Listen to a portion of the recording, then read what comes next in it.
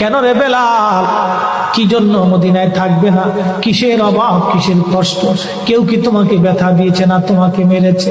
নাকি তোমার কোনো অভাব আছে? বলো, বাইতুল মাল থেকে মাসিক বেতন দিয়ে দিব।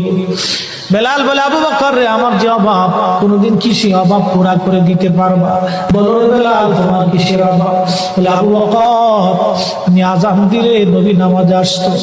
বলো, এখন আজান দিলে কি নবী নামাজে আসবে? আবু বকর বলতেছে, বেলাল রে, তুমি কি নবীরে ভালোবাসো? আমরা কি ভালোবাসি না? বেলাল বলে, আবু বকর, তুমি ভালোবাসো, আমিও ভালোবাসি। শোনো গো আবু বকর, তোমরা নবীজি রওজা শরীফ দেখলে সহ্য করতে পারো?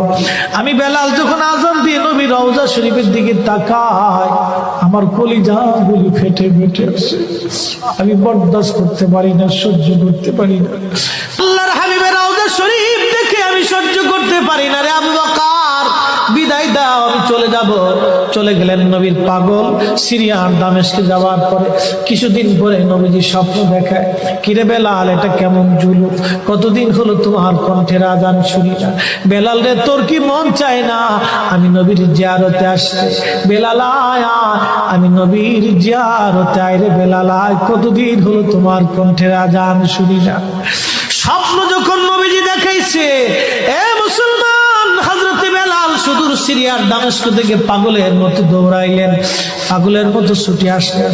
যখন মদিনাতে আসলেন, তখন তাহাজ্জুদের সময় চলতেছিল। তাহাজ্জুদের সময় চলার সময় হযরত বেলাল রাদিয়াল্লাহু আনহু কাঠের জালি দিয়ে তখন রওজা শরীফ ঘিরে রাখা ছিল।